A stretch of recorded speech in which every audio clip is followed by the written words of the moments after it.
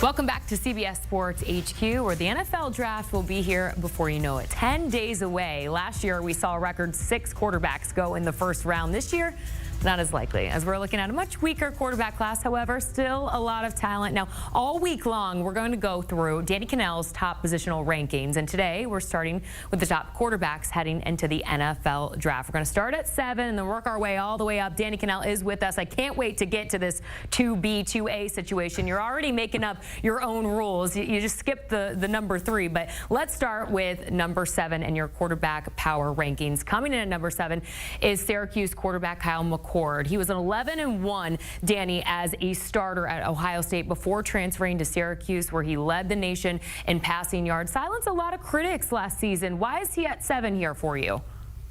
Jordan, I really like him as a polished passer. You know, you mentioned the 11-1 record at Ohio State 2 years ago, but what might be more impressive is getting Syracuse to 10 wins. Like, that was, to me, elevating a program, elevating a team around him that hadn't been that talented in recent history, and yet he lifted everyone around him level of play. You mentioned leading the country in passing yardage.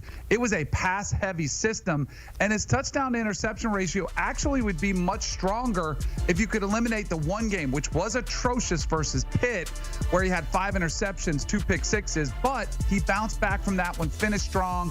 I think he's a really polished passer. He doesn't have the prototypical size and athleticism that you want, but I think he's an outstanding, accurate passer who would probably be more of a spot starter, long-term backup in the NFL, but I really like his makeup. Yeah, excited to see how he develops at the next level. Let's get to 6 here. We'll go ahead and reveal who lands in this spot. It's Tyler Shough, another guy who isn't really expected to be a first-round pick, but could be a potential starter if he's drafted by a team who needs a rookie quarterback to begin the season. What's your quarterback comp on him, and why does he land in the 6th spot? So, Jordan, I like Tyler Shough, but I don't love him. Like, that's where I think some people have fallen in love with Tyler Shough because of his physical skill set. He is a specimen. He's 6'5". He's big. He ran way better than I think a lot of people thought at the Combine. And he did have a really nice season for Louisville, but that's the key that kind of is my hiccup with him. It was only one season that he started from start to finish at any major program. He's been to Oregon. He's been to Texas Tech. He's had injuries plague him throughout his career. I just need to see a body of work that's more complete and ability to stay healthy throughout the course of a season. He could be one of those upside plays, but I do think this is one of those swing for the fences types moves. For me, I wouldn't take it probably ahead of the late 2nd round is the earliest I would take him, probably more likely the 3rd round. But I do think some teams are falling in love with him because of what they think the potential upside could be. Yeah, and I think a lot of people are on the same page with you. Let's go ahead and reveal who lands at 5 on your quarterback ranking list, and it's the national champion Will Howard, the former Buckeye, has quite the resume, lands at 5 in your rankings. Explain why, Danny. So I think he was one of the more underrated, underappreciated quarterbacks last year at Ohio State because they had this $20 million roster. He had so many pieces around him, but he's still another guy who's physically impressive. He's 6'5", 240, sort of a brick house. He can take the hits that he needs to take at the next level. And I liked him back at Kansas State when he was calling the shots there and won a Big 12 championship. Then he goes to Ohio State, wins them a national championship.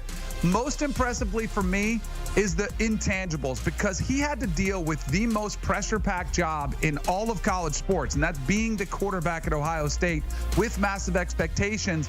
And he went through the ups and downs, never wavered, including that game against Oregon where he came up just short, including a game against Michigan, which they lost and shouldn't have, bounced back, showed me a real physical, mental fortitude to be able to handle that type of pressure, which is similar to what you're going to face being an NFL franchise quarterback. Okay, I really want you to go in depth here at this 4-5 spot, because at 4 you have Quinn Ewers ahead of Will Howard. Why is Ewers here, Danny? Because I think, like many NFL scouts, those 4 interceptions in Texas's 3 postseason games before heading into the draft has a little bit of a sour taste in folks' mouths. Explain this ranking to me.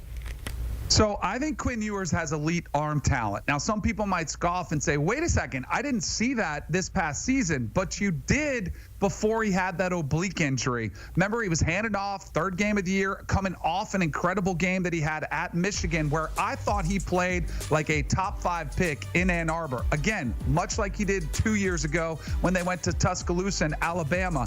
He's got a flair for the big game, but I thought he was hampered all season long. And Texas and Quinn Ewers' camp has alluded that the injury was much more significant than we knew about, which is why he wasn't able to get all the torque necessarily to generate top-tier arm talent. So it was really capped this past season. But if you go back, one of the reasons he was one of the top-tier recruits and 5-star, all everything coming out of high school was because he's got that arm talent. I don't think it vanished. I think now that he's healthy, it can be on display. But I do have concerns about the injury risk, similar to Tyler Shough. But at least he started and finished multiple years as the starter at Texas, and he's also a winner. So I love him. I think he's very tough, too. All right, let's go ahead and get to this, what should be number 3, but it's actually 2B. I'm not going to complain because I actually really like this pick here. Jackson Dart out of Ole Miss and 2B. Explain this for us, Danny. So I think Shedeur Sanders and Jackson Dart are about the same spot of where I would want to take a quarterback. And especially with these two, I would take them probably in the late teens if I was a team looking to take one of them. I don't think there's that much separation between the two, but there is a big difference in what you're going to get. I think Jackson Dart is more athletic. I think he has a stronger arm, but he doesn't have the perfect film that Shedeur Sanders has. I think there could be some upside, but I do think there is some bust potential with Jackson Dart. Shedeur Sanders, on the flip side, I think he has a great floor. Like, I don't think there's a chance Shedeur Sanders will be a bust. His football IQ is the highest in this class, but he does feel capped as far as what the upside potentially could be. But I think these two are very similar as far as where I would risk taking them with a pick in the teens. And I really like the way Jackson Dart got better and better throughout his career as a 3-year starter at Ole Miss. Playing in physical conference against great defenses, his completion percentage increased, his touchdown interception ratio got better, and his yardage, his overall production went up as well. And again, I think he's that type of athletic quarterback that NFL teams are looking for now more than ever. Just a quick follow-up. Was he always so high on your list, Danny? Because I feel like lately he's really been rising up the draft boards.